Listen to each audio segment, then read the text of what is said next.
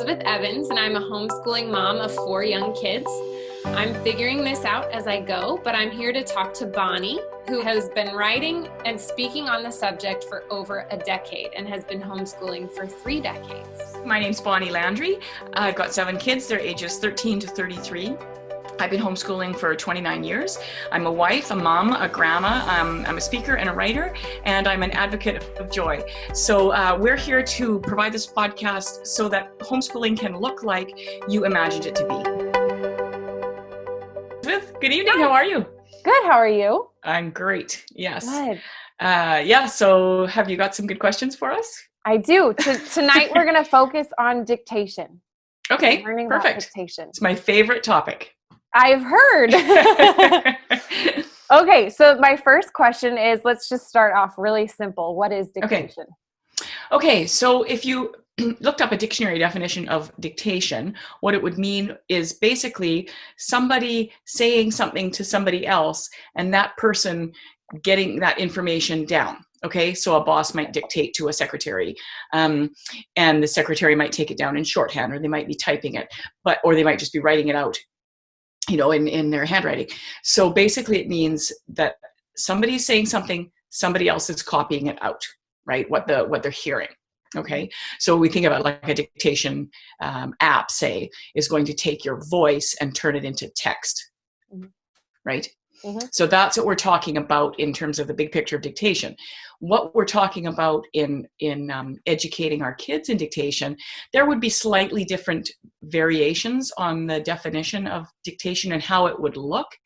So we'll talk about that. I'm sure that'll come up in the questions. But essentially, I'm saying something, reading something out loud, either a poem, prose, scripture.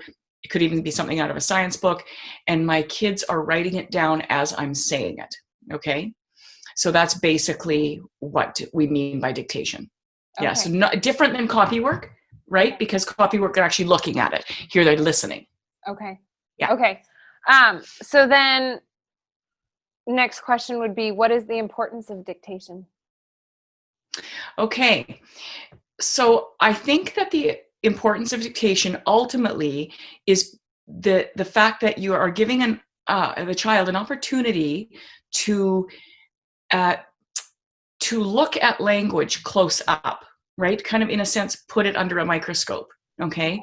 And have a look at the aspects of language. And from a very young age, that's going to be things as simple as, how to make a letter, what sound a letter makes, okay? And then the whole range up to sort of what did the poet mean by this phrase, okay? So having an opportunity to take language and put it under a microscope, and in order to draw lessons out of it. So I think that's the big advantage to dictation in terms of learning language arts. With copywork, you're going to get, some people often say, is copywork the same? And I really, really don't think it is, because first of all, dictation is going to be guided. Okay, so the adult with the resources is going to have opportunity to talk to the child about what the language means, what the letter sounds are, so it's not just mirroring something. Okay, it's guiding you through something. Okay. So my first question about that would be, how slow do you go? I know with my son with spelling, part of his test is I dictate a sentence and he has to write it down. Right. And I tend to repeat it a lot, and I'm not sure that's what I'm supposed to do. Is it supposed to be, 1 or 2 times and then they're supposed to have it after that, or as many times as they need?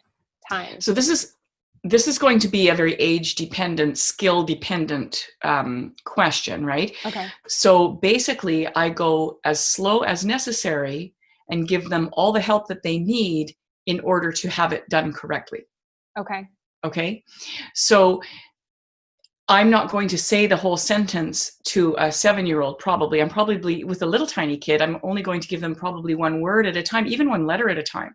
So usually what I would do is say we were doing the poem, Robert Louis Stevenson, a child should always say what's true and speak when he is spoken to. Yeah. So say we decided to do that, I might read it first.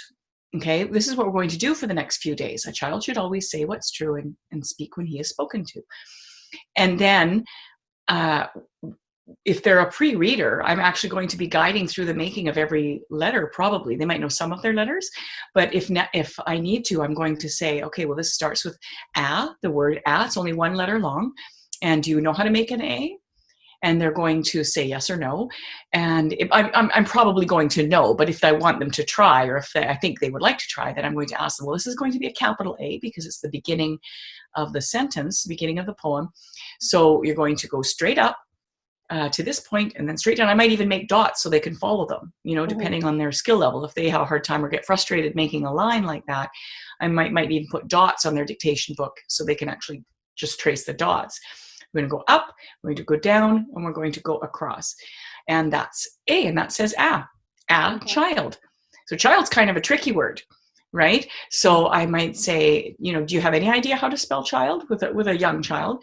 And they probably aren't going to know. So I'm going to say, well, the sound ch is made by a C and an H together. So it's actually two letters. So do you know how to make a C? Okay. With a little bit older child, say I'm doing the same poem. You could do the same passage for any child at any age, really. Excuse me. So if I say, okay, so the first two words are a child, okay, and they know where to put the space and they know to capitalize the beginning, maybe, excuse me, if they don't, then I'm going to prompt them, right? Remember, it's a beginning of a sentence, beginning of the line of poetry, so you capitalize. And then say child, do you know what makes the ch sound? And they might say ch, and then I say, yeah, okay, so child, and then do you know how to spell the rest of child? Okay, so I'm feeding them very slowly. Mm-hmm. Of course, with a 10-year-old, you're going to say the first line is, and I throw out 10 as a number. If a 10 is a very tentative reader, you're not going to just throw the whole line at them and expect them to do it. You're going to have to be reading that child really carefully. So a child should always say what's true. And as they're writing it, I'm going to be saying, do you know how to spell all those words? If there's any words that you're not sure how to spell, ask me, or you could just try it and then can correct it if you write it down incorrectly. And so that's, so that's how it's going to be. With an older child, I might be able to give them a couple of sentences at a time. It would be rare that I would do more than a sentence or two at a time, right? Okay.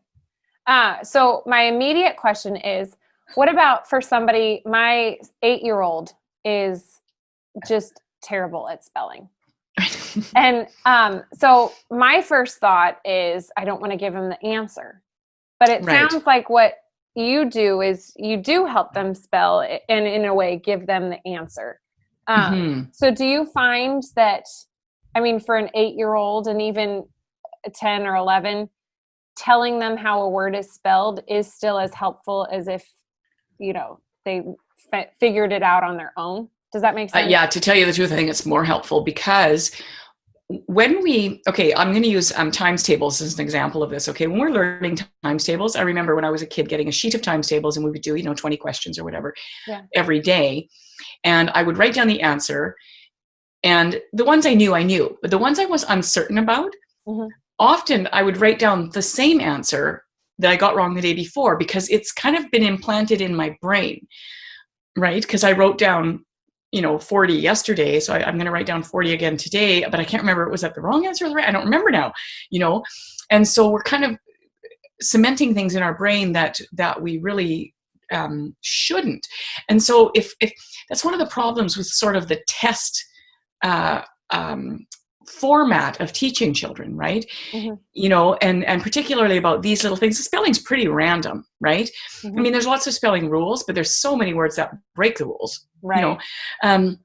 And so if we just say them and they repeatedly over the course of, 7 or 8 years of dictation, my goodness, even a year of dictation, you're going to cover so much, and if you can, you can bring in little lessons, like I would say 2 to 3 lessons per dictation lesson, that you're going to pull out a couple of lessons. Now, for a little kid, that might just be, what do those 2 letters say together? For an older kid, it might be, the word children is, we kind of say it children. We have a tendency to run the letters together. But if you'll notice, as you're writing it down, it's actually CHILDREN. That's how we spell it, children. Okay. And, you know, just pulling it out, writing it down on the other side of the paper, just talking about it for a minute is often enough to help the child just remember that's how you spell children. And, you know, just discussing that we don't say children, we don't say it like it's spelled, but that is how it's spelled. And there's lots of words like that. You might pull out another one that's similar. You know, that's this is kind of a tricky word to spell because, and so let's just talk about it for a minute. Okay. So the formation that happens is much friendlier than the testing kind of idea. Right. And it also doesn't get the child's guard up. Okay. And it's remarkable because I always thought that I'm a good speller, always have been a good speller. I always thought that it was because I was a reader. And it turns out that being a reader does not guarantee that you're a good speller. Okay. I think that what makes you a good speller is being attentive, you know, being attentive to what's going on there. And really it's just random bits of information. So, you know, if we guide them through that, you know, the same way we guide our kids to, you know, how to wash their hands properly. You know, there's just steps and you have to take them, and testing them on that wouldn't really help them learn it any better. Okay. You know? Yeah. So do you do dictation as sort of in place of a spelling curriculum? Yeah, I do. Yes. Dictation takes the place of all the language arts curriculum. Okay. Right. Up until independent writing. Okay. So, you know, anything that a child would learn via whatever other language arts program, it can be learned inherently in dictation because you just pull it out as lessons. But it's much more natural. It's much more contextual. Right? Yeah. Because again, a kid can memorize spelling words and actually not know how to spell those words. Right. Right. It might stick, but it might not. And so, you know, the opportunity to just look at the words, and I tend to not make dictation something that I don't hammer spelling with it. It's just part of the little lesson that we do. Right. Okay. Do you know how to spell that word? You know, how do you think it's spelled? Can you say it out loud for me? Oh, okay. You spelled it actually with a K. It's actually a C. Right. So that's something to remember. Some words, and then sometimes I'd write down a little list like, oh yeah, see all these words? They start with a C and that says a K sound, and these words start with a K that says a K sound. Some of that we just have to memorize, you know? And so, you know, but here's an example of a few things. So the kid starts asking the question, oh, this word starts with a K. Is that a C or a K? Right? So they're starting to be aware that there's information out there that they need to get down correctly, right? Okay. So for somebody like myself, I could tell you what an adjective is, but I struggle with more adverbs, verbs, which without a curriculum guide to follow, how do you know when to teach that and how, you know, through dictation? Right. Okay. Well, I think a couple of things. One is that I would recommend, there's a really good book that we have called the Usborne Book of Grammar and Punctuation, I believe. I love Usborne books. Yeah, it's a good book. And so I used to have a dictionary that had all the grammar and punctuation rules in the front of the dictionary. And that's what I would use as a reference, right? So that's another way of doing that is having something like a book that you can look up, okay, when do we need to, it's not going to tell you specifically when you need to introduce what an adverb and a verb are or any other part of speech, but it is going to tell you what the parts of speech are. So most of our homeschooling years, I just had a little poster that I put up on the wall that had the parts of speech on it. So I never actually set out to, okay, this child needs to learn these parts of speech. I just had it there and we talked about it. Right. So, you know, for example, if I'm focusing on the word children, I might say, you know, do you know, is that a noun or a verb? Children. Right. And so, you know, they might say, oh, I don't know. Or they might, if they're young, they might say, well, what's a noun? Or I might say, do you know what a noun is? And kind of describe what a noun is. If I don't know, right, then I'm going to look it up, and I'm going to look it up with them. Because that's good for kids. That's how they learn how to use resources. If I don't know something, look it up. There's also, on my Pinterest page, I've got all kinds of kind of posters. There's some really super creative mums out there. I'm not very creative, but there's so many mums out there that are. You used to be able to buy little posters with, punctuation and parts of speech and all that stuff from school stores, which you still can. But there's so many free resources that just mums have designed or teachers have designed.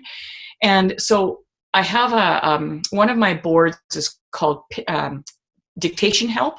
Okay. And writing help. And I've got a lot of those things pinned there so that people can just go and print it off. You could create your own little binder with all the things that you would need to help your child learn everything about language, right? Okay. And so, just print them off, have them handy, and look them up when necessary, right? Yeah. So, most people are like that. Once you've been through one or two kids, you don't need to do that as much, because you're relearning it. But most of us come out of school not really knowing a lot of that information, right? When do we use a semicolon and how do we punctuate properly and what's the proper use of a hyphen, all that stuff. We can't be expected to know that. But when we're talking about it contextually, it makes so much more sense. Like, oh, look at this. This poet put a hyphen there. Why? Right? What was the point of that? This writer has used a semicolon. He could have used a period and started a new sentence there. I wonder why he didn't. Punctuation is pretty subjective, right? So it's one of those things that it gives us pause for just talking about why they did it a certain way, know? Yeah. I had a question and it has flown away. It'll come back. Right. Okay, so what are some common challenges with dictation and how do you overcome them? Well, I would say the biggest challenge is what we were just talking about, that the mom doesn't feel adequate because she doesn't know the spelling rules, the grammar rules, so, and I would just encourage moms to just be really grateful for the opportunity to be learning things alongside your child. That's good for both of you, right? And it's much, much easier to learn in context. So I would say that's the thing that I hear the most from moms is, I don't know what I'm doing, right? But it's okay. It's okay not to know what you're doing because there's resources and we can learn, and it's not hard things to learn. Some people might be concerned that when they're doing dictation with their child, that what if the child isn't cooperative? Okay. First of all, if you've been homeschooling and the child has been doing a grammar program and in a writing program, and they've been journaling and they've been doing a spelling program and all that stuff, if you say, we're actually just going to do 1 5-minute lesson every day, and instead of all that stuff, there's the odd kid who likes that, but most don't. Okay. Most kids are pretty happy about that. Okay. So that's not usually an issue. But the other thing is that if you have a child who's not cooperative, that's often sort of a relational challenge, right? But dictation's very cozy. It's something that should be cozy. It's not a test. It's a cozy moment to sit down together and look at language and discover what there is to know about language while I'm sitting here being cozy with you. Okay. So if you start it, most people are going to find that that's actually working really well and that most kids are very cooperative about that. If they're having a particularly bad day, there's no point in trying to do anything with an uncooperative child, right? Right. So probably one of the biggest challenges is getting one-on-one time with each child, right? And, being nice while you have your 5 minutes that you're working with your child, right? Right. If you can't be nice for 5 minutes, do it later. Okay. That's an important thing to remember. Sit down and it's time to be nice. This is supposed to be a nice experience, and we learn better in a loving environment. So, we should look loving. But so how do we get that one-on-one time, is perhaps the bigger challenge there. Often I would have a toddler sitting on my lap or when I did dictation. So one-on-one was sometimes 2-on-1, you know what I mean? Yeah. But what I found to be the easiest thing to do in terms of being able to work efficiently one-on-one was during that 5-10 minutes that was working one-on-one with one child, have an older child watch the little one. So of course this doesn't work if you've only got small kids. but have somebody just, can you keep the toddler busy for 5 or 10 minutes while I work with this person, but don't make it oppressive for them. Right. Just, can you guys go play Play-Doh, or can you guys have a little snack or whatever? And ideally that gives you just that few minutes, but it's very short. So it's not oppressive to you or the child that you're doing dictation with, or the person who's helping out. Right. Sometimes you have to be creative. If you only have little kids, and it's very hard to find that sort of one-on-one time. First of all, corralling your kids is really helpful. If you can have it so that they're all stuck in one room, so that you can at least keep an eye on them while you're doing one-on-one. That's a really helpful thing, to be able to actually get something done and not worry about, where the other kids are running off to, right, or getting into. Yeah. If you only have small kids. And the thing is too, is if you only have small kids, let's assume all of your kids are very young, and dictation can be very, very short, right? Yeah. So, you can tailor that to your family really well. I would really caution parents about making sure that this is focus time. It's meant to be focus time. It's meant to be very short. Don't get distracted by other things. Shut your phone off, put it away somewhere. Don't have it sitting there so that I just got to answer this email. Finish that word. I'll just do this. You're teaching your child to attend by attending to them. Okay. And so it's really important, and if we can't leave the phone alone for 5 or 10 minutes, that's signifies a problem, right? If, you're waiting for some important call, wait, do dictation when you have 5 minutes together, that you're not being distracted, or I'm just going to jump up and throw a few dishes in the dishwasher. Really avoid that kind of thing, because the example that we give to kids in our attentiveness with them is so powerful. And if we're being distracted by little things, that's going to make them distractible. Right? Because that's the example they're being fed, right? Okay. Yeah. Wow. That's some really good advice. I'm guilty of that a lot. It's hard, because we're used to our phones being right there all the time. Right. Well, and when things are happening, like they are now with COVID and other stuff going on in the United States, it's hard to separate myself personally from what's going on. I've been struggling, especially the last few days, to just attend to my children and only my children. So that's a really powerful piece of advice you just gave. Oh, good. Well, I think something too is, first of all, if you shut your dinger off, right? After the 5 minutes, if you really feel starved for your phone, you could go then check it before you did dictation with another child, or did whatever you needed to do.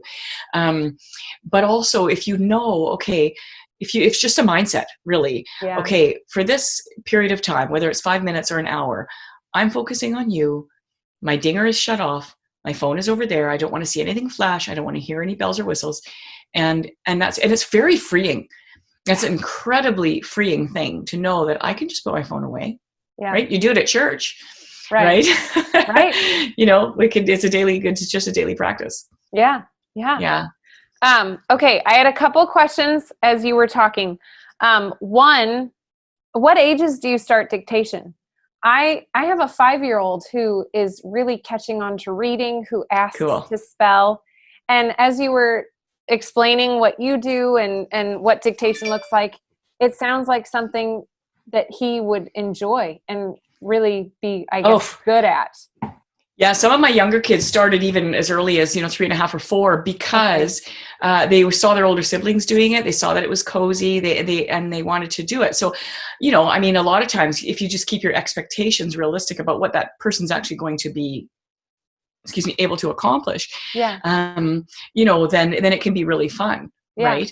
And so, holding a pencil and making a few letters or a few shapes without crying, that's probably a good a good starting place, right? If you're having to force them to hold a pencil, kids naturally become interested in writing and reading, right? So the age range is going to be quite big. Like a kid, probably, if they weren't interested by the time they were approaching 7, I would probably be encouraging them. I find that I encourage my kids with sort of dictation type activities. Prior to that, like I give them, a tray with sand or flour or something in it, and they can draw pictures or make letters in it or whatever. or something that's easy to write with, you make letters out of Play-Doh or finger paint or something like that. Yeah. They can mess around with letters in a sense, right? Yeah. But yeah, if they are interested and they're holding a pencil, absolutely, it's just fun. My youngest daughter was about, I don't think she was quite 4 when she started doing dictation, and she was quite, good at letters and understood kind of the point of them in that age and all that. Yeah. And so I think the first maybe 3 or 4 months of doing dictation, I would say, well, what would you like to write today? Would you like to do a poem, or would you like to, write maybe the names of the people in your family, or, just whatever interested her. Yeah. And so she would say, I want to write, I love mama. And so for every day for months, she wrote, I love mama. Oh, that's so sweet. I know. Yeah. Yeah. So just take them where they're at. The idea is you take them where they're at, you move them forward a tiny bit, wherever the at is, Okay. Yeah. Man, my youngest boy might even be interested in that. He'll be 4 on Monday, and cool. he'll get a pad of paper and a pencil, and he'll do math with his brothers. And it's really, I've seen him draw stick figures. That's his math, and just scribbles. And so, I mean, he might want to do short things. Oh, yeah. And, you can get those little exercise books that are half blank on top and half lined on the bottom. Yeah. Those are great, because if their letters are really wobbly, my kids used to just do it on the blank part. Like they wouldn't try the lines. Yeah. Or sometimes I would draw a picture of whatever we were talking about, so say she wanted to do her brother's name, I want to write Isaac, and I said, oh, should we make a picture of Isaac? And so she might draw a picture, I might draw a picture, and then we would write out the letters of his name. Right. So, so, you can just have fun with it. Right. Yeah. That's great. Yeah. Oh, now I'm excited about tomorrow. Oh, good. Try some dictation. Okay. So then you said that dictation is in place of all the language arts. Do you do poetry with your children? Do you have them recite? Lots. Okay. So dictation does not take the place of poetry, or does it? Dictation, whatever poem they say wanted to memorize and recite, we would start by doing that in dictation, right? Okay. Because it's hard to do dictation and not memorize it. Right, right.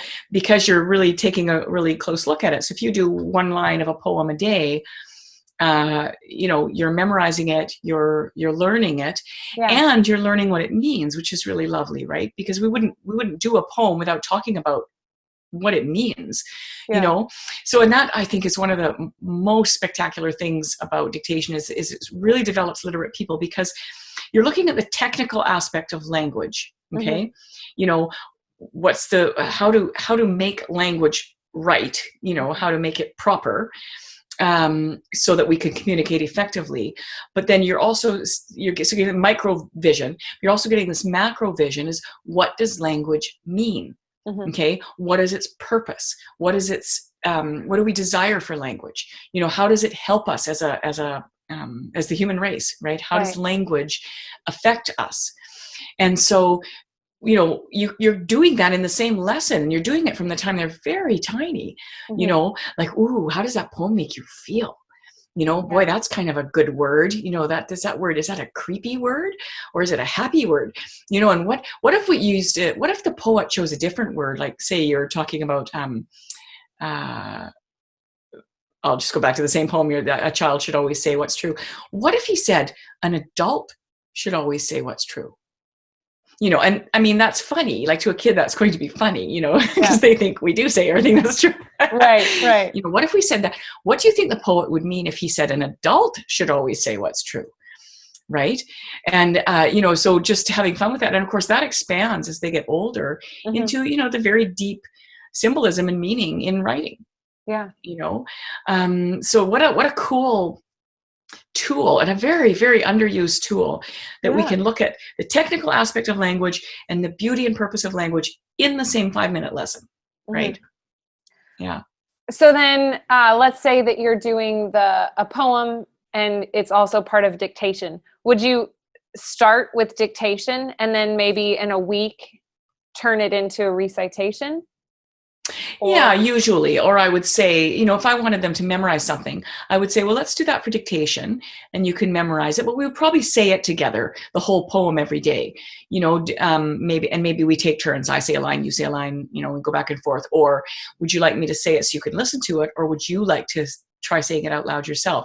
So it might become part of the dictation lesson in a sense, right? Yeah. Or we might do it outside of that as well. But it's probably just going to take place in context of the dictation lesson, right? Okay. Like, Yeah. do you remember the first stanza? Yeah. Yeah. So then I'm thinking, because my oldest is only 8, what happens in high school? Do they get longer? Like, will you dictate paragraphs for your child? Okay. Yeah. Now, with my first few kids, I didn't continue on doing dictation in the same way that I did with my younger kids. Except one of my daughters, I continued for a long time because she did speech art. So she did a lot of memory work. So we did a lot of that via dictation, even though she was in high school. But I've realized now the benefit. I would usually stop doing dictation when I could no longer challenge them, so I could rattle off a paragraph and, and, they basically would not have anything I needed to teach them, Yeah. And then I realized that I wasn't accessing the full benefit of dictation in terms of talking more about the meaning and purpose of language, and bringing that into a higher level, right? And choosing, maybe much more sort of deep and meaningful passages, poetry, scripture verses, than I might have chosen, saints quotes, things like that. What do they mean by that? How does that relate to my life? And so it's really nice with my youngest daughter because we talk about some pretty important things. So I wouldn't I would still keep the lesson to no more than 10 minutes. Okay. Because there's ample time if you're really looking at something really intensely, you're going to think about it for a long time. So a 5 or 10 minute lesson isn't really a 5 or 10 minute lesson, right? Because you're looking at it really intensely and then you're processing, right? You're thinking about it. And so, I probably wouldn't do more than a few sentences at a time, even with a high schooler. I'm not going to go over, say, 10 minutes. So that might be 3, 4, 5 sentences, depending on how fast they write. Okay. And of course, high schoolers are going to be improving their penmanship too through that, right? Right. Yeah. Right. Yeah. Okay. I was wondering because last week we talked about how your routine changes pregnant and postpartum. Right. And dictation to me seems like a simple, cozy thing. Do you continue doing dictation throughout pregnancy and postpartum? I do. There's a lot of other things that I would, not spend the time on. But that's something that I did. The only time I ever stopped doing dictation, and I got the kids to do copy work. And the only reason I did was because I wanted to not lose the placeholder because we were in such a good rhythm with it.